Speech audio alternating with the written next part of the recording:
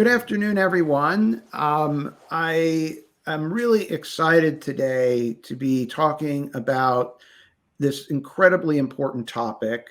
I have two wonderful people to discuss this with, Justin and Tony Play and Josh Harris.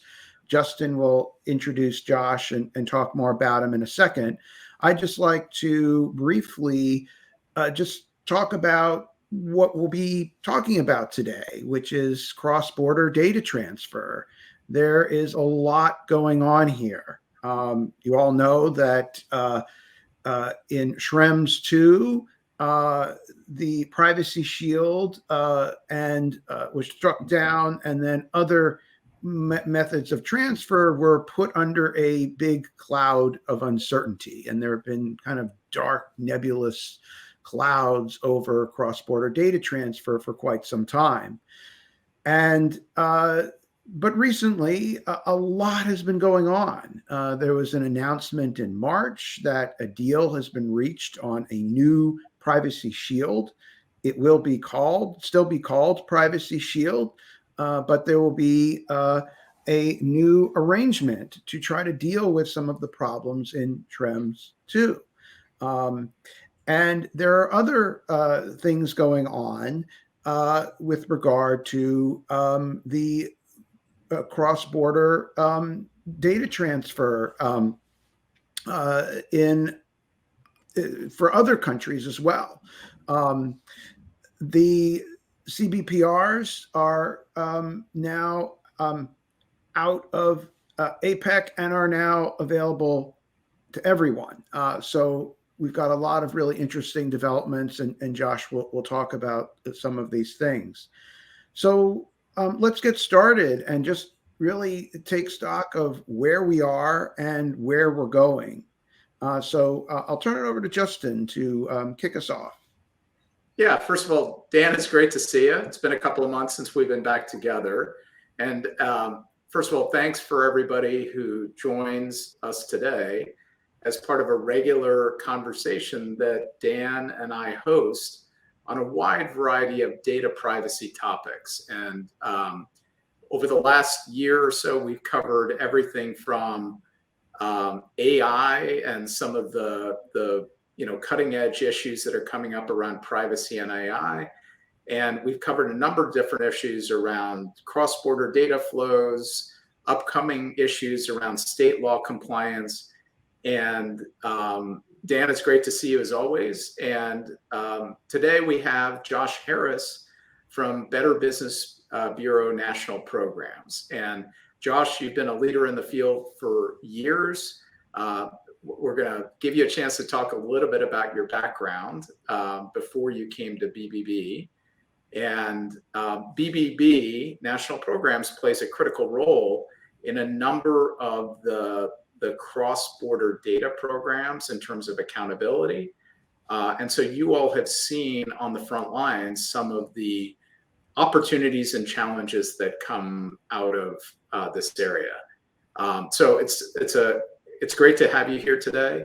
I will say, Dan and I always start these discussions on cross-border data flows and the opportunities around enabling movement of data from country to country when it comes to personal information, Josh. And the fact that when it comes to that movement, there's an increasing set of privacy protections that are now going with the data. In my view, this is a great thing. And Privacy Shield ends up being one of those great data transfer frameworks. We've had multiple sessions, Dan and I, around that alone. But it's exciting to see what the Department of Commerce has been leading with their new framework that includes Canada, Japan, Korea, Philippines, Singapore, Chinese Taipei. You sort of see these cross-border frameworks growing. I tend to be an optimist in this area. There's certainly a lot of worries too, but some phenomenal developments that we can cover today. So it's great to have you here, Josh. If you don't mind, I'll turn it over to you for a moment. Give us a little bit of your background, you've been in the space long enough that it might be helpful for our viewers here to just hear from you of how you got into the space, and tell us a little bit about what you've been doing at Better Business Bureau National Programs. Sure. Well, Dan, Justin, thank you so much for having me today. I really appreciate it. My name is Josh Harris. I'm the Director of Global Privacy Initiatives at BBB National Programs. And as Justin mentioned, one of the things that we do here is to provide a lot of the operational support to implement these frameworks. So we do dispute resolution for Privacy Shield. We're what's called an accountability agent for the CBPR and PRP systems. We'll talk a little bit more about the developments around those. So we're very much at the front lines. And what we do is to work directly with the companies as they try to get themselves into these frameworks to be formally recognized so that they can get those benefits that are attendant to them.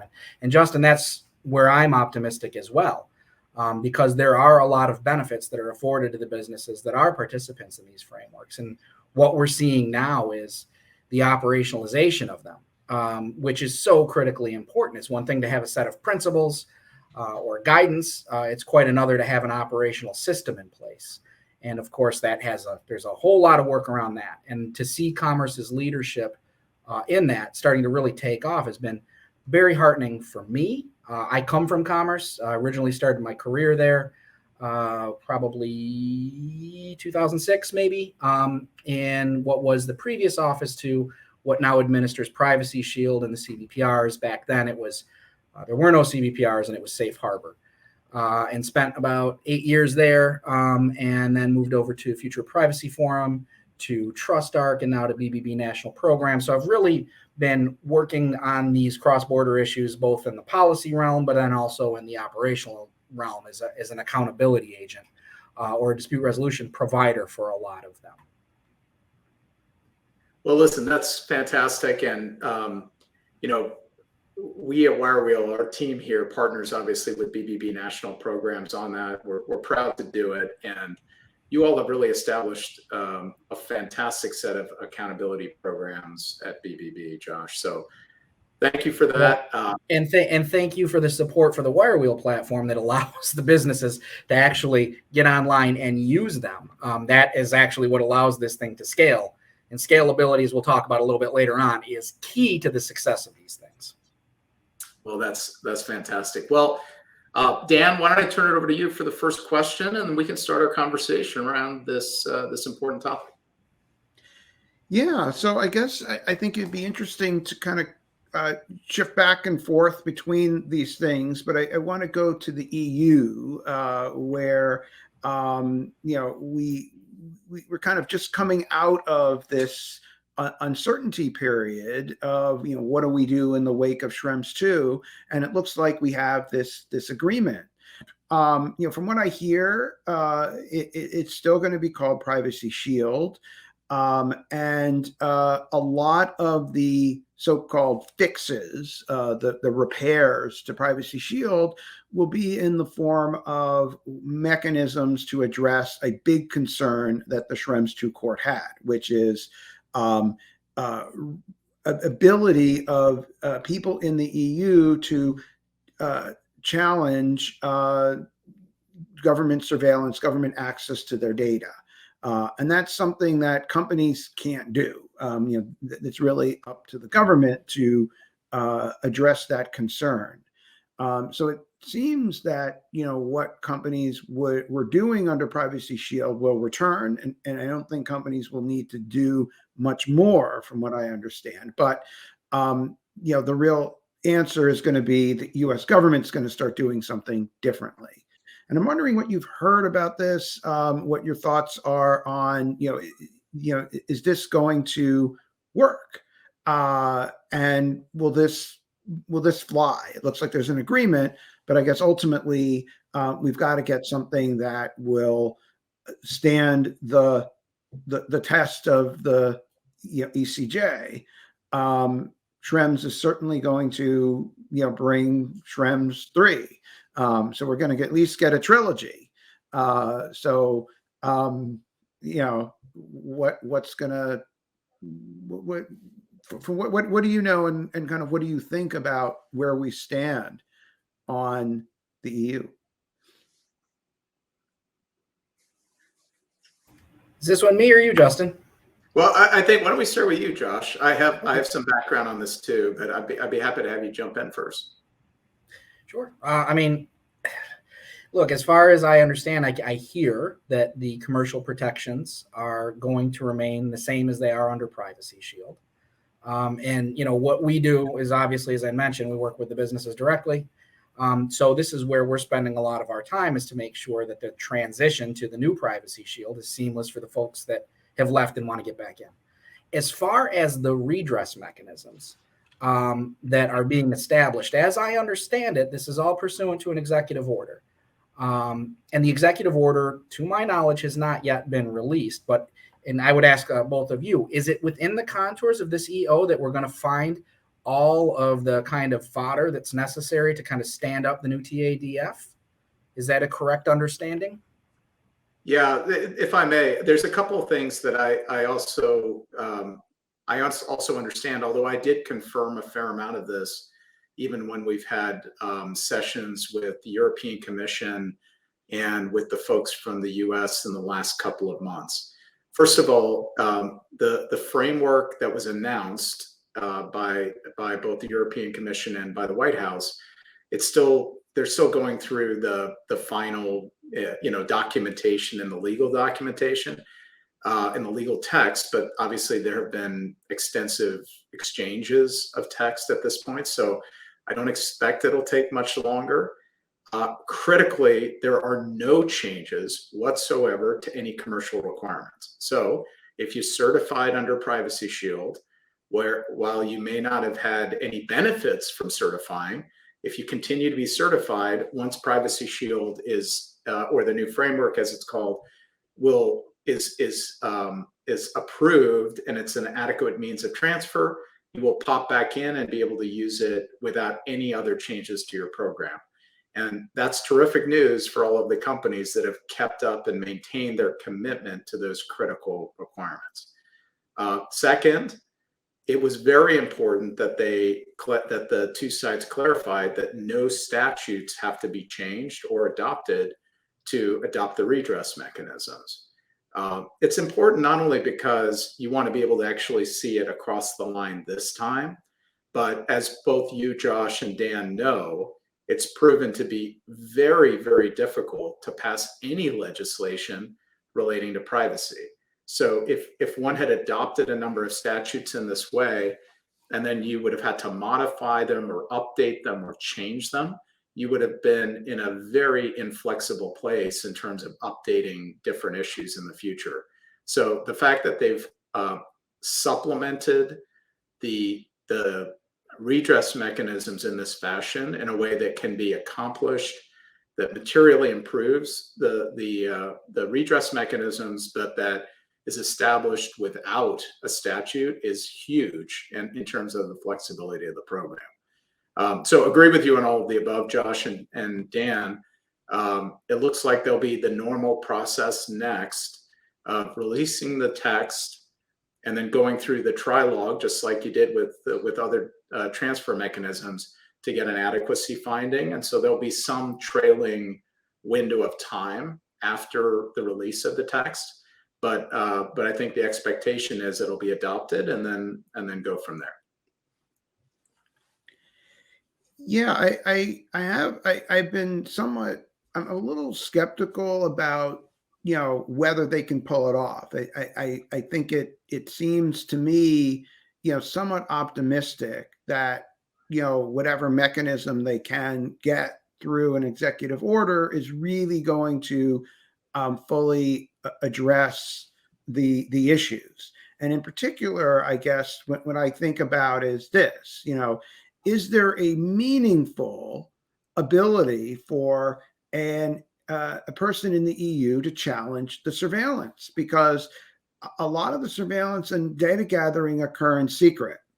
And so if you don't know that data is being gathered about you, how can you challenge it? So we're going to get a challenge right that's totally meaningless because people don't even know that the data is being gathered.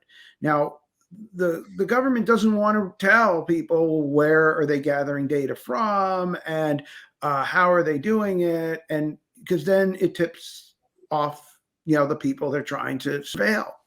And I just find it hard to imagine that they would have the kind of transparency about the data that would then create a meaningful redress for EU folks to challenge. The other irony would be, that if you do get that kind of transparency and you get this ability to challenge, U.S. citizens now actually take a back seat to the EU, people in the EU. So, as a U.S. citizen, I barely have much ability to challenge it because the Clapper case denies standing unless I know that I'm under surveillance and the government won't tell people that they are. So then they don't know. And then the court says, well, you can't manufacture standing. It's all speculation because the other side won't tell you whether or not you're being surveilled. So you're in this weird limbo where you think you're being under surveillance. You think your information's being gathered, but you can't really challenge it. But if someone in the EU then could, that's weird. That the EU folks kind of get rights that U.S. citizens can't exercise. And then the irony too is, well, okay, then I'll just, if I want my rights, I'll travel to the EU. I'll be a person in the EU, and then that's how I can challenge U.S. surveillance. And I just wonder, how is this really going to work? And it sounds nice, but I'm just color me a little skeptical. I just don't know if it's going to fly or not. Another thing we don't know. Yeah, I think those are totally fair. I think just to make sure we're on the same page, and Josh, then we'll turn it over to you. Okay.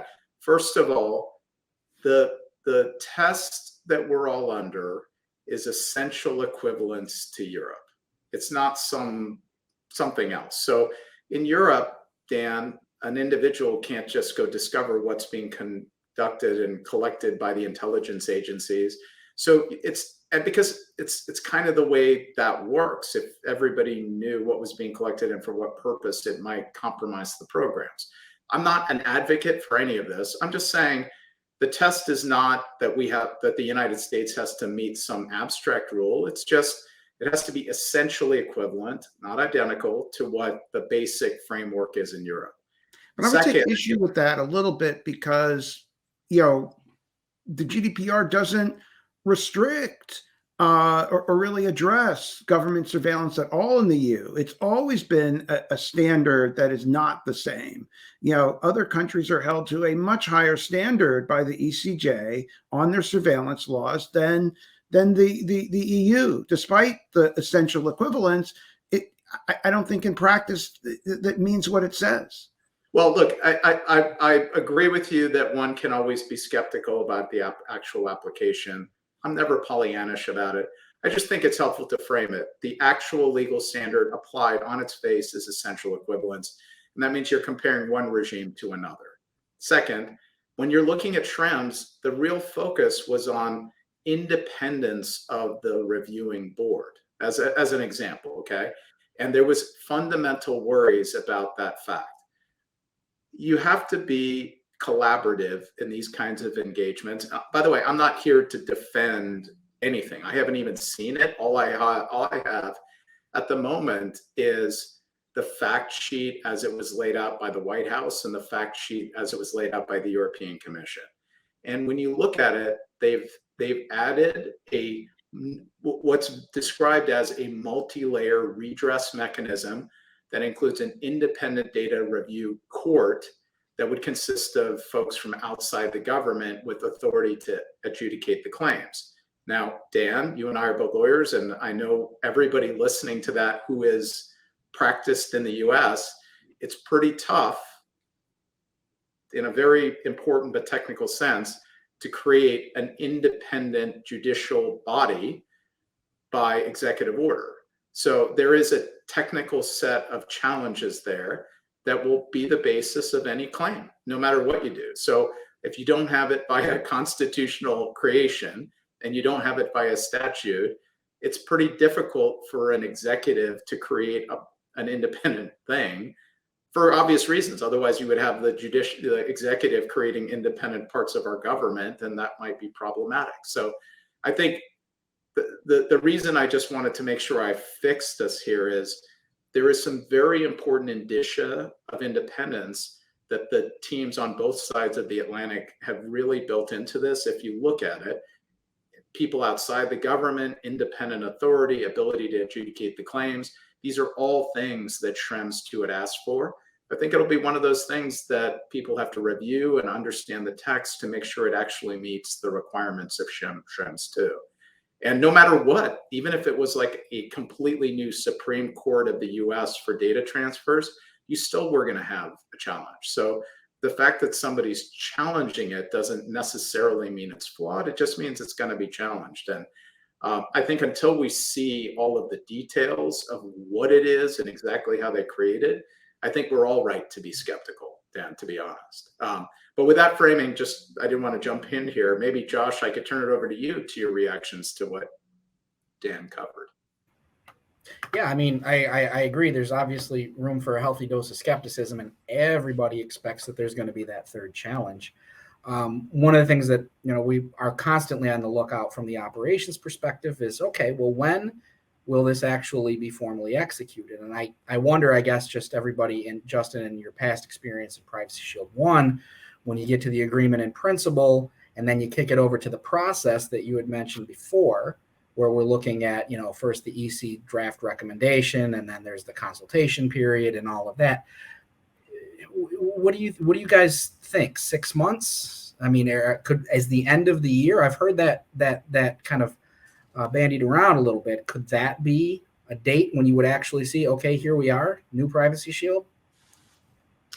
Well, I mean, first of all, Josh, you're right. It's going to take some time. My experience has been that the European Commission ends up collaborating very closely with the other branches that will review the adequacy finding before the text is sort of publicly released. I don't think it's going to be a surprise to the data protection authorities. I don't think it's going to be a surprise to the relevant bodies in the European Parliament. So I think there will be a fair amount of understanding of what this is before it's released from the European side. I know Dan knows that on the American side, they've had a really fantastic interagency group, led obviously by the Commerce Department and Chris Hoff, but with a lot of other teams like the intelligence community, DNI, Justice Department, the White House. So I think there's going to be a pretty broad set of actors read in on this, and I know that a typical process would be that the Commerce Department would also brief the relevant congressional agencies or not agencies, but congressional panels and committees to make sure they're aware of it as well. So there's definitely going to be some time and some process to make sure you formally release it and the public gets to understand it. But the fact that there will have been so much internal consultation should make the process at least move reasonably quickly. And I think the rough window of between 3 to 6 months of getting the final adequacy finding, I think, is a reasonable window to imagine once the text comes out. Dan, do you have any perspective on that? Not too much. I mean, I think it's just going to take some time. But once it's kind of back, if it's the case that everyone who was already had Privacy Shield in place suddenly gets their shield back, that will also speed things up, because the original when we shifted from, I believe, Safe Harbor to Shield, the process had to start all over again. But now it seems that, from what I hear now in this conversation, that the information you have is that you'll be able to just pick up right where you left off. So that's going to speed things up a little bit. And I really don't know too much on time frame. It's not going to be immediate. It's going to be some time to get this all worked out. I still think there's another cloud, some storm clouds in the distant future, which is that the ECJ really has only looked at this issue for adequacy about the government surveillance, government data access point of view. It's never really looked substantively at, does Privacy Shield really come close enough to the GDPR? Now, I'm not sure it does. Everyone's seemingly okay with it as a compromise. But it's not, the ECJ is not a kind of a compromising court from what I've seen it do so far. I wonder at some point, will that issue be ever looked at? Once the government surveillance piece is dealt with, is that the end of the issue, or are there some substantive differences that really matter between the GDPR and other legal regimes? So far, when I look at the adequacy decisions that have come out, I would say that pretty much, the closeness to the GDPR really does not matter at all. Because when I look at some of the laws that, are found adequate, they're not close to the GDPR. I don't think Privacy Shield is really close to the GDPR. It's basically the US approach with, not much more to it. So at some point, maybe someone will look at that and say, hey, maybe adequacy should have some kind of principle basis behind it. Because right now I look at it, I find it completely unprincipled. The decisions really, there's no rhyme or reason to any of it. And it's just a vehicle for kind of pushing this government surveillance thing. The ECJ is trying to kind of create some kind of principles, although it's a weird set of principles because it's something that, companies can't control. It's a very difficult, issue to hammer out. But so I think it's still a bit of a mess and not very coherent when I look at it. That's my thought. I'm curious what reactions are, and then I do want to, also get into, the other regimes outside the EU. Yeah, I mean, you and I at some point, Dan, just ought to debate this because it's be kind of fun. I don't know whether I want to take your position or the one I typically take in these, because I'm almost always on a counterpoint, even though I think there's a lot of nuance to this. If I were to be put in the devil's advocate position without really, believing everything here, another way to look at it is you're looking at essential equivalence. So the principles that are adopted in Privacy Shield, but also in the laws in Japan and Israel that have been found to be adequate, they mimic and sort of roughly track the fundamental principles. And that's the most important thing. I think one could say that Privacy Shield has been operating now for several years.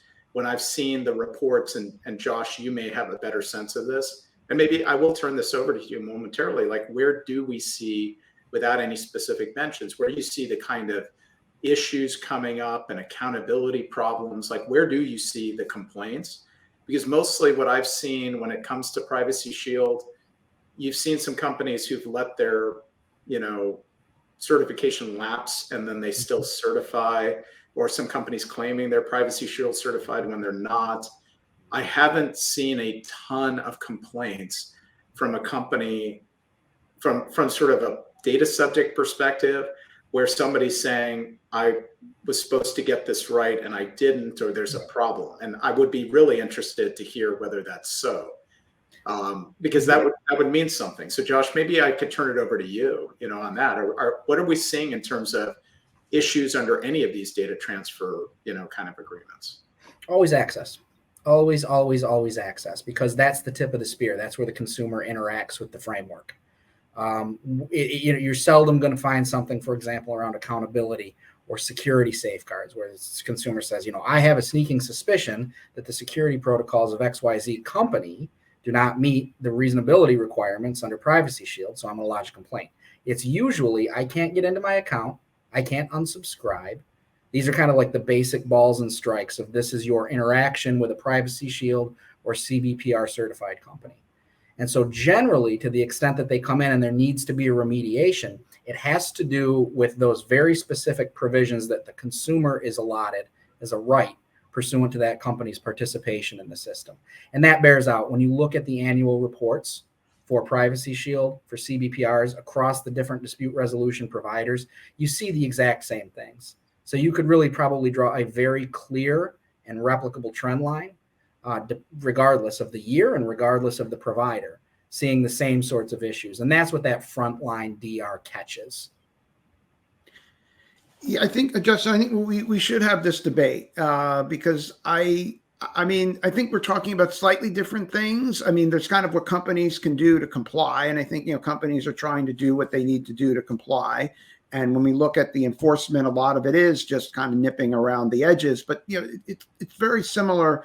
Really, I mean, the Shield basically, the FTC already regulates a lot of the companies in Privacy Shield.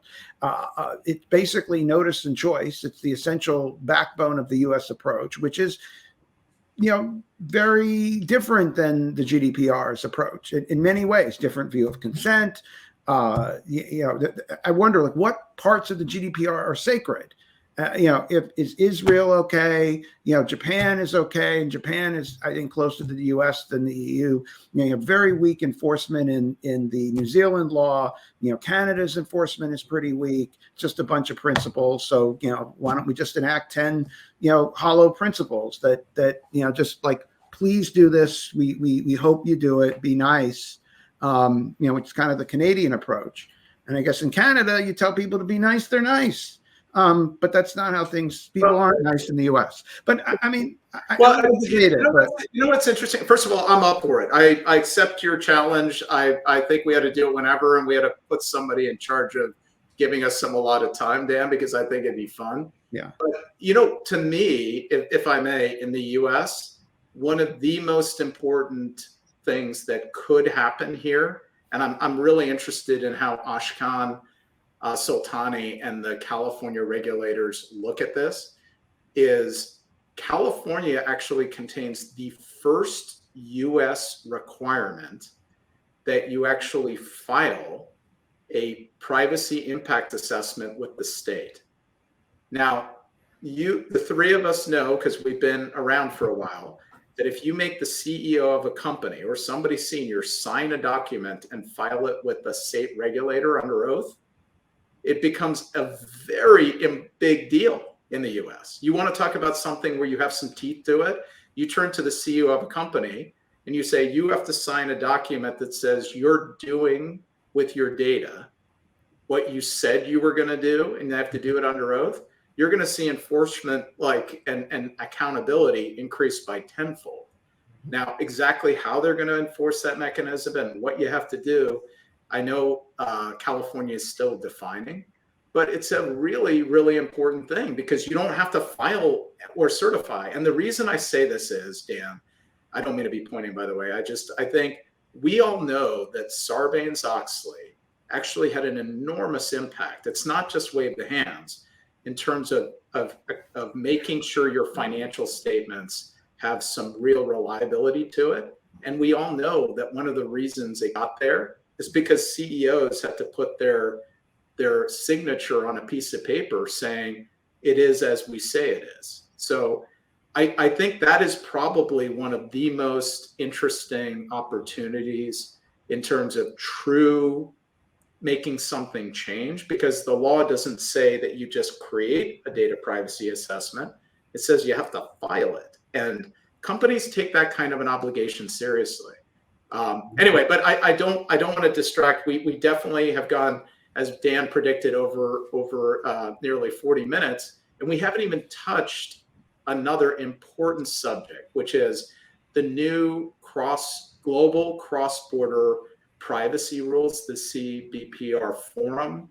We haven't talked about the new efforts from the OECD, which could be really interesting in terms of building some more sort of accountability and real global cross-border data initiatives. Do you mind if I turn it over, Dan, to Josh here for a minute to talk about those two, because they're really, really important efforts in my view.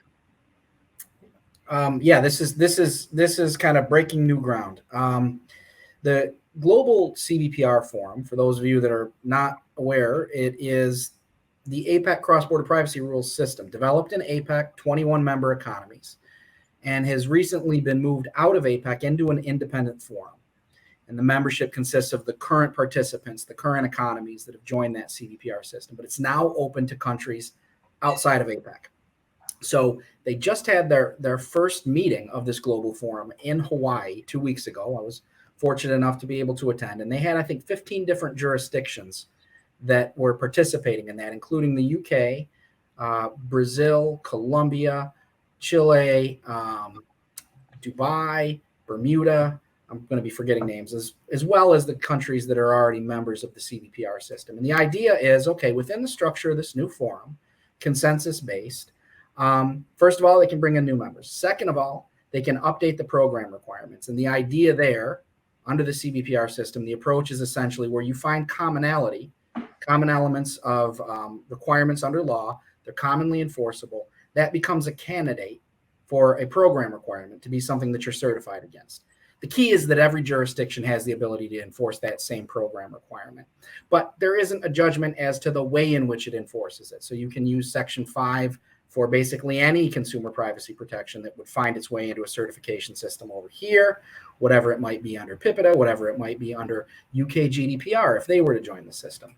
So there's a lot of interesting opportunity here to kind of build up a new framework, a new structure, a new forum, consensus-based with like-minded countries to be able to continue, first of all, the adoption of the CBPR system, but also the operationalization of the system, which becomes really important when we're talking about its ability to be able to gain traction in different jurisdictions.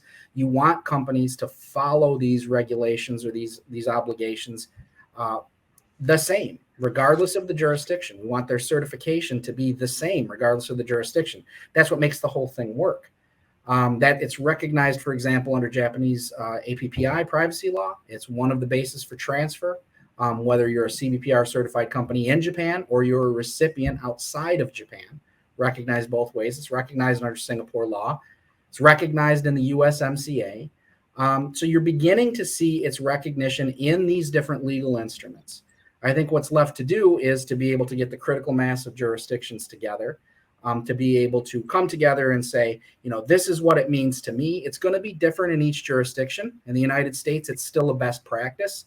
Justin, when you were talking about Congress or the congressional committees getting a readout about Privacy Shield, I was thinking, how valuable that is, because when we've looked at the different data privacy bills that have come out of the Commerce Committee, you don't see anything that actually has any recognition of the international instruments that might be at play here.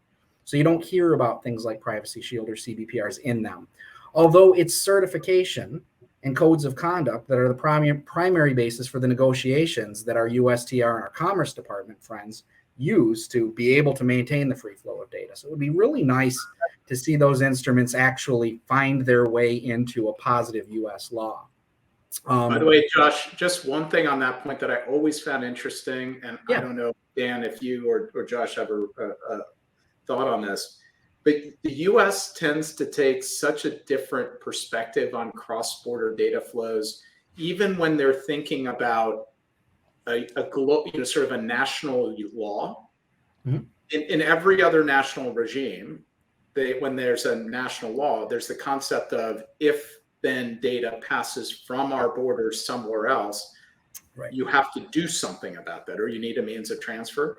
That concept has actually typically not been part of the draft U.S. laws in many ways, and at least not in the same way that you have under other international laws. So that's part of the reason that the international data transfer issue tends to be only from the say EU to US data transfer side.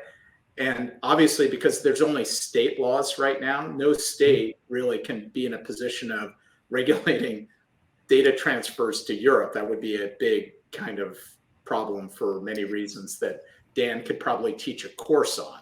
So you have a lot of tension here in the way that it's being regulated on a state by state basis. Mm-hmm. When you get to the point that onward transfers is a very important concept under most data protection laws, and it's not really being captured from the U.S. out right now. Right. Anyway, I didn't mean to interrupt, but that is why you don't see consideration of that in the laws, but more importantly, you don't see consideration of the instruments around that in the laws.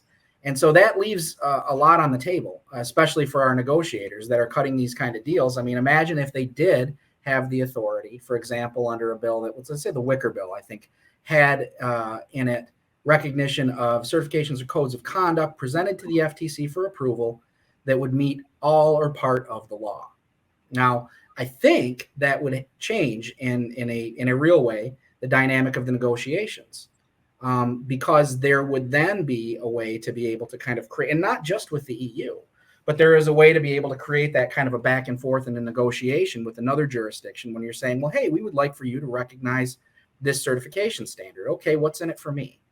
Well, nothing. Yeah, listen, that's a phenomenal set of questions. And I don't know if you've seen, but we've, just because we're going to run short on time here. I know, I am. Yeah. There's a number of important comments and questions that have come up from the many viewers. Do you mind if I run through a couple for us just briefly Go for it. To cover here?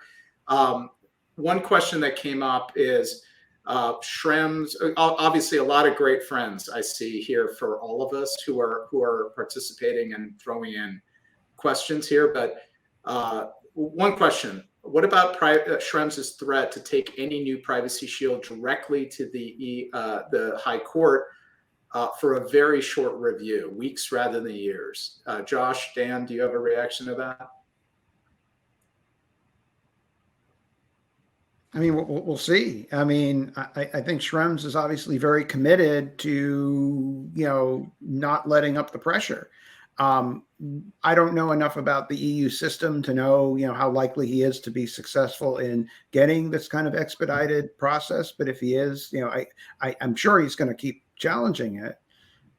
So, I really can't speak to, how readily or feasible, his prediction that he can do this that quickly will be. Yeah, I have the same perspective. I think I'm quite confident there will be an attempt to have an expedited review. This is one where typically you have a filing, and typically it goes back through to the kind of the country courts before it's referred over. I know there's a mechanism for it. I remember seeing this years ago. I wouldn't be in a position to say whether it has a likelihood of success on an expedited review or not. There's another question that came up. Let's see. Don't the proposed changes also contemplate a review of a court who will act on behalf of an EU data subject to ensure that the rights are not violated by a government surveillance activity? I've seen a mention of this. I think I can speak to it a bit, but Josh or Dan, do you want to cover this? You can go ahead. No, you go ahead, Dan. That's you. I would only say I have seen notions of this. I've also heard it discussed a bit. I haven't seen the text. I do think if they did include something like this, it would help having somebody who can actually speak for the EU data subject in these proceedings, because you're not going to have EU data subjects coming obviously to an EU tribunal to make this case. So I think that would be a really important thing to make sure you're representing the data subjects, but I haven't seen enough details on it to know whether it's going to work. There was a question on impacts on SCCs. We haven't talked about that. Dan, Josh, what's your reaction there? I mean, would it look similar to the impact on SCCs when the first Privacy Shield got, not invalidated, but when it first came back online after Safe Harbor? I mean, I don't know if you guys have any experience in the numbers that people that were absolutely using SCCs versus Privacy Shield and the relative appeal of that when that came back online. I don't know if that would look similar now, or, Dan, to the idea that there could be a very quick review and a very quick invalidation, whether or not a similar sort of shift or migration would happen. Yeah, I mean, I think that, Schrems affected SCCs. A lot of this was kind of navigated around by companies saying, well, we don't think that our data is likely to be looked at or accessed by the government, and you do these, transfer assessments. I I guess when I look, and this goes to my heart of my debate with Justin, I'm not really, I have mixed feelings about this whole endeavor. I mean, part of it is the professor in me sees this as being unprincipled. I don't see principles here. I just see a lot of just political maneuvering, which is actually, I think, very beneficial to the EU. They've gotten a lot of traction by doing this and by requiring this. So I think, like, politically, it's a win, but it's incredibly conceptually messy to me, and it drives me crazy when I'm trying to figure out, okay, what does this actually mean? Is there a principled approach to data transfer cross border? Now, you were mentioning earlier, Justin, that the state laws, don't address this. They actually do a little bit, because some of them do require data transfer agreements for all transfers to, third parties. It could very well be, there could be, a requirement in laws. I don't see why not. Laws could say any transfer, including a transfer from a company internally, could be governed by some type of principles, or transfer to a third party, regardless of what country they're in, should be governed by some set of principles, by an agreement of some sort. The problem with the cross-border data transfer, as I see it, is I don't see principles here. I just, when I look at the decisions, and I just see chaos. And it'd be nice to actually figure out, okay, what exactly is going on here? What are the actual goals? Like, what are we trying to achieve? Because what's going on is this kind of like this weird shell game, or this guessing game, or these attempts to do this that I'm not sure are like what they're actually substantively achieving. So, I mean, it's a tricky game for companies to figure out, how do we comply, and what, are we getting hotter, warmer, colder, which is this weird game. It's almost like that game you play as kids, like getting warmer, hotter, no, colder. So I would love to see an actual principled framework with clear goals and a clear set of rules that would give this coherence and actually make it somewhat meaningful, rather than more of like what it is now, which is kind of like a political cudgel, is what it is. Just a political tool to kind of, put some pressure on, other countries in some ways, and make companies sweat. And that's how I see it. I'm not saying it's necessarily inherently bad to have cross-border data transfer requirements, but it'd be nice to have something that's really, principled and coherent. And I don't see that thus far, but maybe there is a coherent approach that someone could articulate for me. Well, I'll tell you what, when we debate, I'm ready to go. I'll have to prepare a little bit to be ready for you, Dan, but I'll give it a shot. Okay. But I'm going to add two things here just in the last few minutes, if you don't mind. One is on the specific questions of SCCs. So when there's a new adequacy decision, in my view, you do not need to do data transfer impact assessments, which I know, Dan, is not an academic sort of subject that comes up, but the pain points for companies doing these data transfer impact assessments when data is moving to the US is, it would make somebody crazy if you see what's going on. Once you have adequacy in the US and the system's declared to be adequate, you shouldn't have to do that. I'm not saying that companies aren't going to ask for them. I'm not saying that still, as a matter of commercial requirements, they still may not occur, but there's no principled basis really in the law to require a data transfer impact assessment when data is moving from Europe to the US once you have an adequacy finding, because it's the same fundamental set of questions. And those were really caused by Schrems 2, which was focused on saying that it was not adequate because of these redress issues.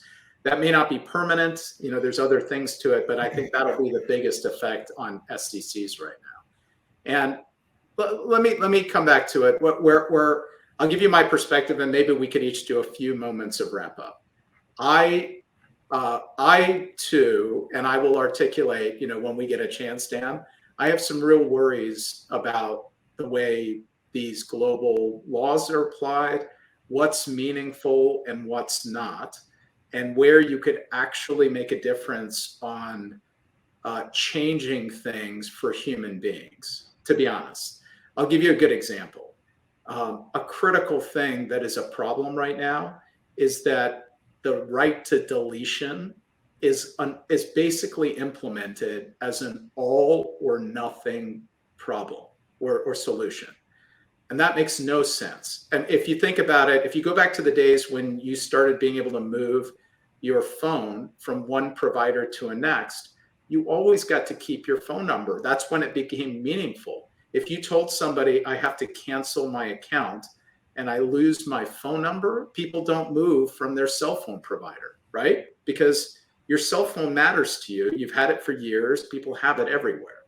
If I go to a major platform and the only way to get rid of my data is to delete my handle on a major platform or on one of these things, and you lose your identity, which you've built up over years, that is not a meaningful exercise of the right, period, full stop. You should be able to delete and have deleted the history if you want it. You should be able to delete in a much more granular way. That would make a difference to a lot of human beings, and it would actually start to make the right of deletion meaningful for people all over the place. But if the only way to do it, which is true on most platforms, is to say, I'm deleting my profile, it really disincentivizes you to do it, and it makes it a non-meaningful right. So I do think we should talk about what's meaningful for human beings and ways that you could implement these in a much more meaningful way. And we should put that on the table, Dan, when we talk. But I'm not, as a general matter, as negative on the way that cross-border data flows are actually developing. I think there have been some countries and parts of the world that have taken a leadership position and have actually set some basic ground rules. I think they're building on some fundamental principles that were born in the United States and the federal information privacy practices. So I do think there's some consensus developing on the fundamental principles. I think the way they're enforced and the way they're spreading, I think, is a little ad hoc for me. And you do need some lean in from things like the Commerce Department to actually take a leadership position. But I do think you're going to end up with a lot more progress this way than if we did nothing. And I think the likelihood of like a global treaty that would actually do this across all borders, I think that's really going to be hard to get to, which is part of the reason that you end up with a much more ad hoc approach. And those are my quick observations, if you don't mind. And maybe I'll turn it over to you, Josh, next. And Dan, you'll get the last word before we go. Yeah, I mean, I agree that there needs to be some sort of a systematized and ideally global approach to this. We talk a lot about, for example, the difficulties in managing the adequacy process, but to date, the adequacy process has been a one-way street because one law is operationalizing it. But as you see the proliferation of laws that have adequacy recognitions in them, imagine what would happen if you had a dozen or so jurisdictions that were doing concurrent adequacy determinations. These adequacy determinations started to pile up on top of each other. I mean, to give you just an example, Japan has been deemed adequate by the European Commission. Japan, under its privacy law, has the ability to recognize as adequate other jurisdictions. Within that adequacy determination for Japan, there is this little footnote that says that the EC will review any adequacy determinations that Japan makes about other jurisdictions. Now, this could have become a live problem, for example, when the EC was negotiating with Korea. What if Japan jumped out in front and said, we find you adequate? And the EC says, oh, no, we haven't found you adequate yet. This can become a very thorny problem.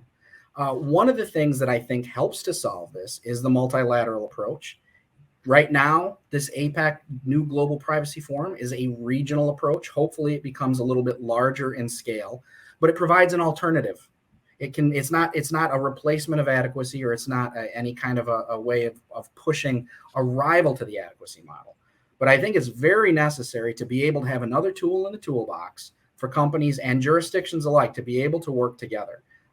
Because simply relying on adequacy alone presents a whole host of problems, not the least of which that there are not that many jurisdictions that are found adequate. But probably also in the future, even if it was to be a successful uptake, you would have multiplicities of adequacy, which would become even more complicating. So as much of a challenge as it is to try to create a global solution or a global treaty, of course, I know that that is a very far-fetched idea these days. Creating these sort of cooperative mechanisms is imperative because there really is no other approach. All right, Dan. I agree with you, Josh. And Dan, you get to read us out in the last minute or so. Sure.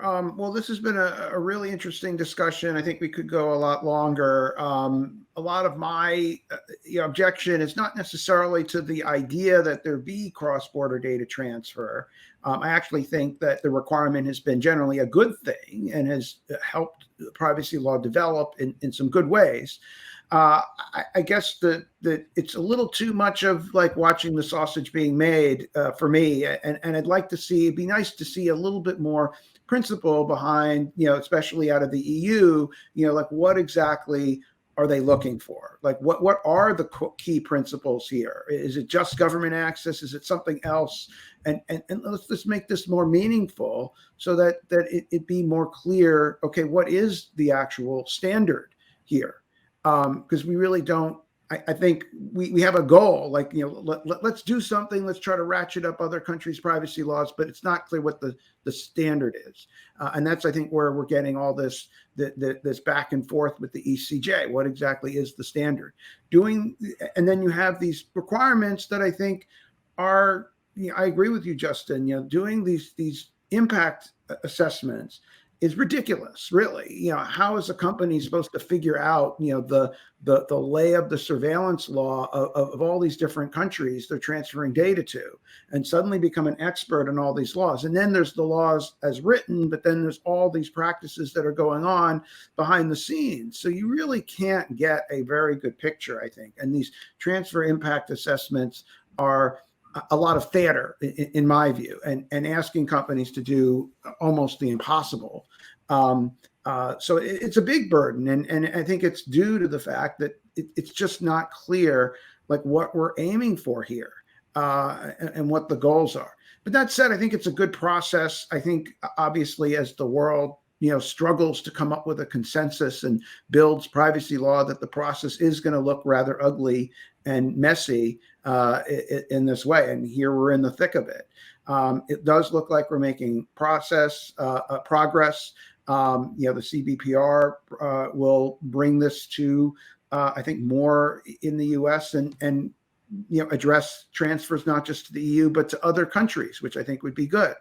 So I have some optimism, but also a little bit of frustration at the kind of lack of a kind of real coherent framework for all this.